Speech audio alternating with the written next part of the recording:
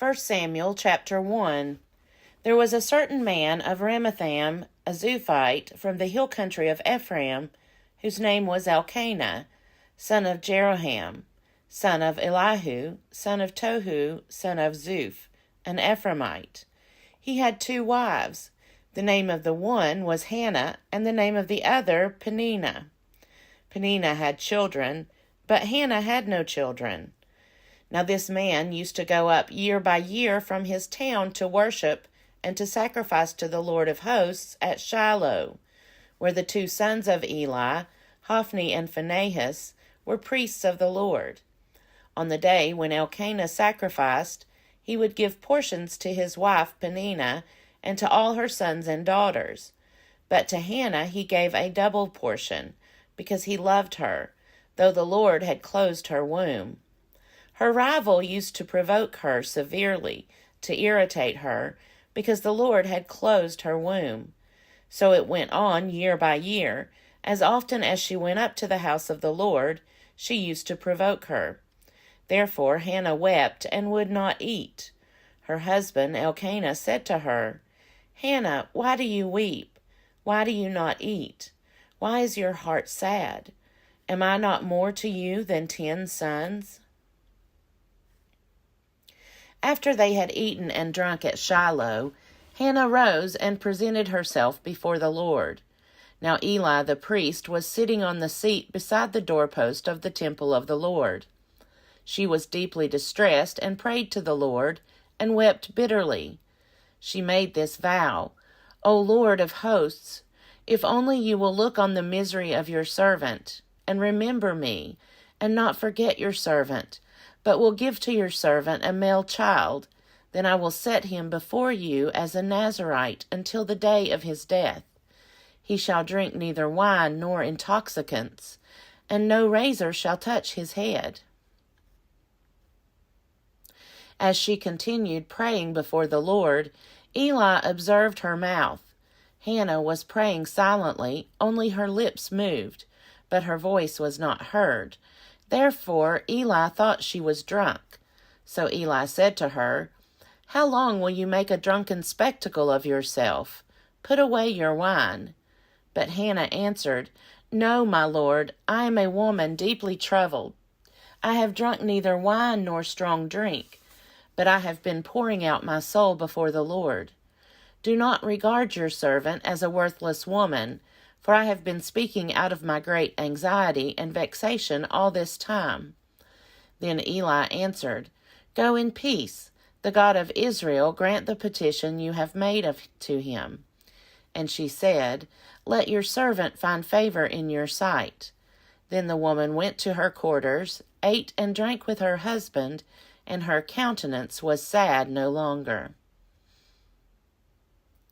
They rose early in the morning and worshipped before the Lord. Then they went back to their house at Ramah. Elkanah knew his wife Hannah, and the Lord remembered her. In due time Hannah conceived and bore a son. She named him Samuel, for she said, "I have asked him of the Lord." The man Elkanah and all his household went up to offer to the Lord the yearly sacrifice and to pay his vow. But Hannah did not go up, for she said to her husband, "As soon as the child is weaned, I will bring him, that he may appear in the presence of the Lord and remain there forever. I will offer him as a Nazirite for all time." Her husband Elkanah said to her, "Do what seems best to you. Wait until you have weaned him. Only may the Lord establish his word." So the woman remained and nursed her son until she weaned him. When she had weaned him, she took him up with her, along with a 3-year-old bull, an ephah of flour, and a skin of wine. She brought him to the house of the Lord at Shiloh, and the child was young. Then they slaughtered the bull, and they brought the child to Eli.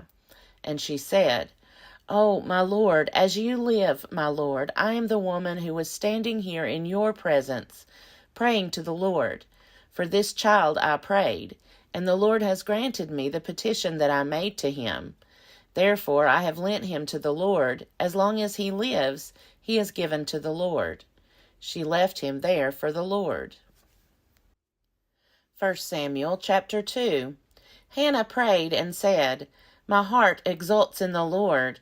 My strength is exalted in my God. My mouth derides my enemies, because I rejoice in my victory. There is no holy one like the Lord, no one besides you. There is no rock like our God. Talk no more so very proudly, let not arrogance come from your mouth. For the Lord is a God of knowledge, and by him actions are weighed. The bows of the mighty are broken, but the feeble gird on strength. Those who were full have hired themselves out for bread, but those who were hungry are fat with spoil. The barren has borne 7, but she who has many children is forlorn. The Lord kills and brings to life. He brings down to Sheol and raises up. The Lord makes poor and makes rich. He brings low, he also exalts. He raises up the poor from the dust. He lifts the needy from the ash heap, to make them sit with princes and inherit a seat of honor. For the pillars of the earth are the Lord's, and on them he has set the world. He will guard the feet of his faithful ones, but the wicked shall be cut off in darkness. For not by might does one prevail. The Lord, his adversaries shall be shattered. The Most High will thunder in heaven. The Lord will judge the ends of the earth. He will give strength to his king, and exalt the power of his anointed. Then Elkanah went home to Ramah, while the boy remained to minister to the Lord, in the presence of the priest Eli. Now the sons of Eli were scoundrels. They had no regard for the Lord or for the duties of the priests to the people. When anyone offered sacrifice, the priest's servant would come, while the meat was boiling, with a 3-pronged fork in his hand, and he would thrust it into the pan, or kettle, or cauldron, or pot. All that the fork brought up the priest would take for himself. This is what they did at Shiloh to all the Israelites who came there. Moreover, before the fat was burned, the priest's servant would come and say to the one who was sacrificing, Give meat for the priest to roast, for he will not accept boiled meat from you, but only raw. And if the man said to him, Let them burn the fat first, and then take whatever you wish, he would say, No, you must give it now. If not, I will take it by force. Thus the sin of the young men was very great in the sight of the Lord, for they treated the offerings of the Lord with contempt.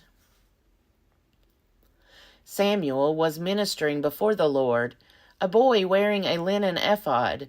His mother used to make for him a little robe and take it to him each year, when she went up with her husband to offer the yearly sacrifice. Then Eli would bless Elkanah and his wife and say, May the Lord repay you with children by this woman for the gift that she made to the Lord. And then they would return to their home. And the Lord took note of Hannah. She conceived and bore 3 sons and 2 daughters. And the boy Samuel grew up in the presence of the Lord. Now Eli was very old. He heard all that his sons were doing to all Israel, and how they lay with the women who served at the entrance to the tent of meeting. He said to them, Why do you do such things? For I hear of your evil dealings from all these people. No, my sons, it is not a good report that I hear the people of the Lord spreading abroad. If one person sins against another, someone can intercede for the sinner with the Lord. But if someone sins against the Lord, who can make intercession? But they would not listen to the voice of their father, for it was the will of the Lord to kill them. Now the boy Samuel continued to grow both in stature and in favor with the Lord and with the people. A man of God came to Eli and said to him, Thus the Lord has said, I revealed myself to the family of your ancestor in Egypt when they were slaves to the house of Pharaoh. I chose him out of all the tribes of Israel to be my priest, to go up to my altar, to offer incense, to wear an ephod before me. And I gave to the family of your ancestor all my offerings by fire from the people of Israel.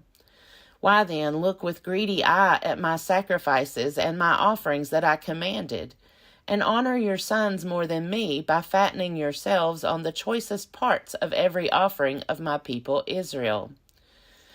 Therefore the Lord, the God of Israel, declares, I promised that your family and the family of your ancestors should go in and out before me forever.